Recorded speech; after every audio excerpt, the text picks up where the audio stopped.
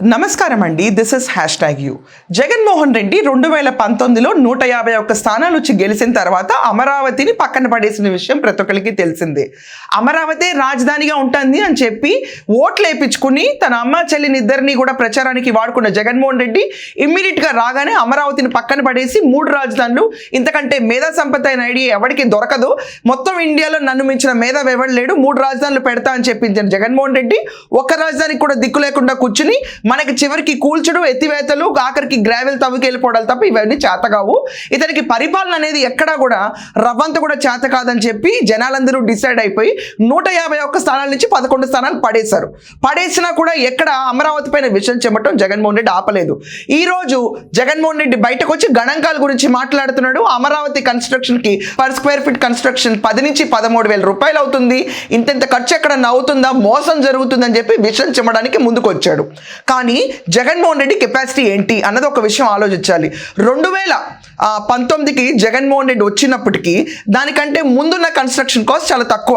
ఈరోజు 5 ఏళ్ళు 6 ఏళ్ళు దాటిన తర్వాత ఆంధ్రప్రదేశ్ని ఒక నిర్జీవమైన స్టేట్ కింద పక్కన పడేసి అణగదొక్కడానికి ప్రయత్నించిన ఒక కిరాతకమైన ఎఫర్ట్లో వైసీపీ ప్రభుత్వం చేసిన ఈ నీచమైన ఎఫర్ట్ వల్ల ఈరోజు మళ్ళీ కన్స్ట్రక్షన్ మొదలు పెడితే ఖచ్చితంగా కాస్ట్ పెరుగుతుంది. కానీ వీళ్ళు చెప్పిన గణాంకాలు రేషియోల ప్రకారం ఎక్కడా కాస్ట్ పెరగలేదు.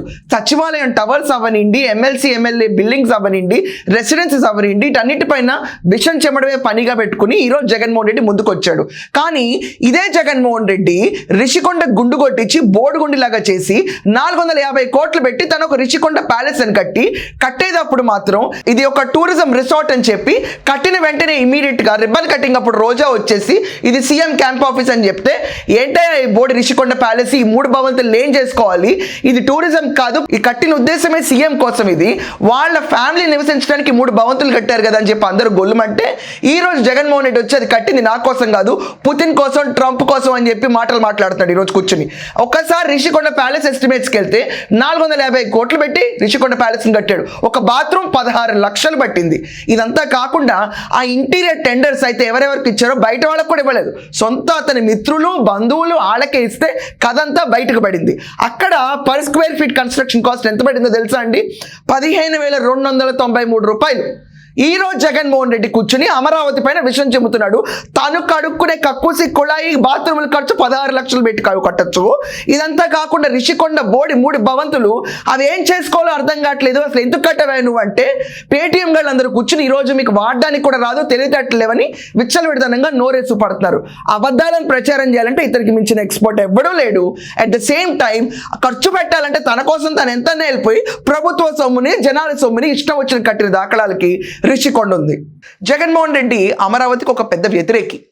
అమరావతికి ఉన్న మనోభావాల గురించి, ఆంధ్ర ప్రజలకున్న వాళ్ళకున్న స్పిరిట్ గురించి అర్థం చేసుకోకుండా రాయలసీమలో పుట్టానని చెప్పి ఊరికే తిరుగుతూ ఉంటాడు తప్ప ఆంధ్ర స్పిరిట్ని పర్ఫెక్ట్గా క్యాప్చర్ చేసి వాళ్ళు అమరావతి రాజధాని అనుకున్నప్పుడు తలాడిచ్చాను కదా నేను, ఆ రాజధాని కట్టుబడి ఉండాలి, మాట మీద నుంచోవాలి, నడుం తల ఎక్కడ తిప్పకూడదు అన్న కాన్సెప్ట్ పక్కన పడేసి అమరావతిని ఏమాత్రం డెవలప్ చేయలేదు. అమరావతి పైన విషయం చిమ్ముతూనే ఉంటాడు, బికాజ్ ఇది హేట్స్ అమరావతి. ఫార్మర్స్ అండ్రెస్ట్ ఒక్కటే కాదండి, ఎప్పుడు చూసినా స్కోప్ దొరికిన ఇంగ్లీష్లో మాట్లాడేస్తాడు, తెలుగులో మాట్లాడేస్తాడు, మొత్తం వరల్డ్కి నేను అప్పచెప్పేస్తాను మ్యాటర్ అని చెప్పుకుంటా national press he will be answering. And మొన్న ప్రెస్ మీట్లు కూడా ఇక్కడ దాకా అన్ని మైకులు పెట్టారు, ప్రెస్ ఎవరు నీ ముందు ఉండట్లేదని చెప్తే ప్రూవ్ చేసుకున్నాడు. ఆ విషయాన్ని వదిలేయండి. సో ఇప్పుడు అమరావతి పైన ఫ్రెష్గా ఇప్పుడు దాకా చిమ్మిన విషయాలు సరిపోనట్టు మళ్ళీ ఫ్రెష్గా చిమ్మిన విషయం ఏంటంటే అమరావతిలో per square feet construction cost వచ్చి 10 నుంచి 13,000 అవుతుందని చెప్పి జగన్మోహన్ రెడ్డి చిమ్మి వెళ్ళిపోయాడు. వాస్తవం 2019 నుంచి 2024 దాకా ఈ జగన్మోహన్ రెడ్డి టెన్యూర్ స్టార్ట్ అయ్యే ముందు ఎగ్జాక్ట్గా పర్ స్క్వేర్ ఫీట్ కాస్ట్ వచ్చేసి అమరావతిలో సచివాలయం టవర్స్ అప్పుడు మనం నిర్మించుకోవాలనుకుంటే మనకి పడిన కాస్ట్ వచ్చి 3,200. ఈ రోజు జగన్మోహన్ రెడ్డి అప్పుడు ఆపేశాడు. 2019 ముందు ఈ కాస్ట్ ఉండేది, అది నిర్మాణం కంప్లీట్ చేస్తుంటే ఈ రోజు రాష్ట్రంపై నీ భారం పడుండేది కాదు. అండ్ జగన్మోహన్ రెడ్డి నోటికి వచ్చిన లెక్కలు వినాల్సిన కర్మ మనకు వచ్చి ఉండేది కాదు. ఈరోజు జగన్మోహన్ రెడ్డి దుష్ప్రచారంలో మొదటగా తీసుకున్న టాపిక్ ఏంటంటే per square feet construction in Amaravati 10,000 నుంచి 13,000 రూపాయలు ఖర్చు అవుతుంది, ఇది ఎవరి జేబు నింపటానికి అని చెప్పి ఇష్టం వచ్చిన ధోరణిలో మళ్ళీ లెక్కల్లో ఈసారి విషయం చెప్పడం మొదలుపెట్టాడు. కానీ యాక్చువల్ ఫిగర్స్లోకి చూసుకుంటే ఫస్ట్ అండ్ సెకండ్ టవర్స్ మనం చూసుకుంటే రైజింగ్ కన్స్ట్రక్షన్ కాస్ట్ వచ్చి 5,000 రూపాయలు మాత్రమే.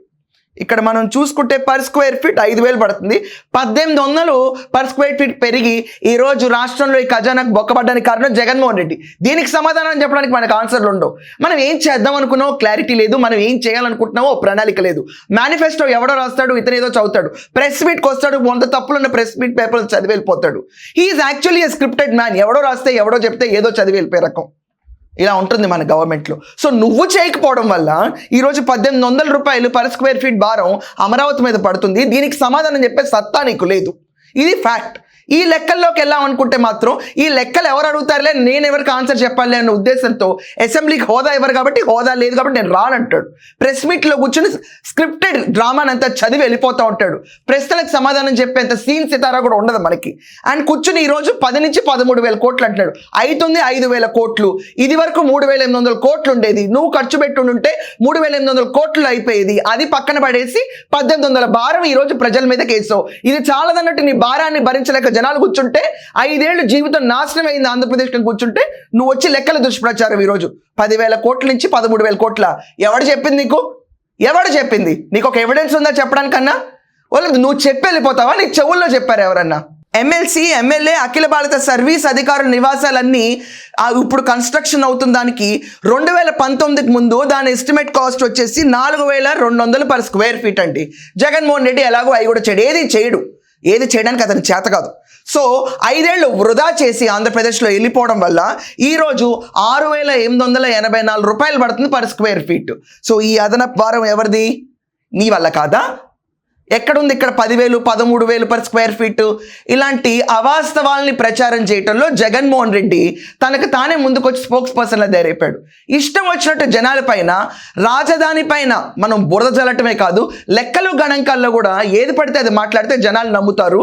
నాకు ఇది వరకు 151 స్థానాలు ఇచ్చారు, నేను మాజీ సీఎంని కదా, నా మాట క్రెడిబిలిటీ ఉందని ఊహల్లో బతుకుతూ, ఊహ ప్రపంచాల్లో బతుకుతూ ఆంధ్రప్రదేశ్ అంటే 2 రోజులు వచ్చి వెళ్ళిపోయి ఇతనికి ఆంధ్రప్రదేశ్ రాజకీయాల గురించి పూర్తిగా మర్చిపోయాడు. ఈ క్యాండిడేట్ వచ్చి ఇప్పుడు 10,000 నుంచి 13,000 రూపాయలు పర్ స్క్వేర్ ఫీట్ పడుతుందని 2వ గణాంకాల్లో చెమ్మటానికి ఈరోజు ముందుకు వచ్చాడు.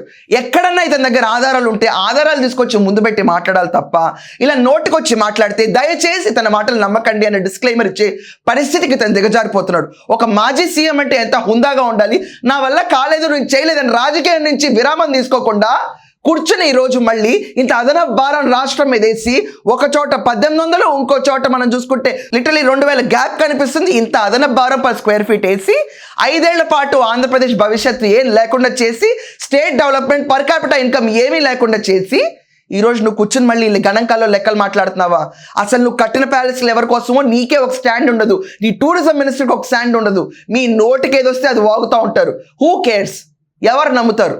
కొంచెం విజ్ఞత లేని వాళ్ళు, ఎవరైనా న్యూస్ పేపర్లు చదవనాళ్ళు, టీవీలు చూడనాళ్ళు నమ్మాలి తప్ప నిజంగా మామూలుగా ఉన్న సగటు ఆంధ్రప్రదేశ్లో ఉన్నాడు జగన్మోహన్ రెడ్డి పరిపాలన రుచి చూసిన తర్వాత, అసెంబ్లీకి 11 మందిని గెలిపించిన 11 మంది సత్తా లేకుండా ఎల్లైన తరుణం చూసిన తర్వాత ఈ పార్టీకి ఫ్యూచర్ అనేది ఉండదు.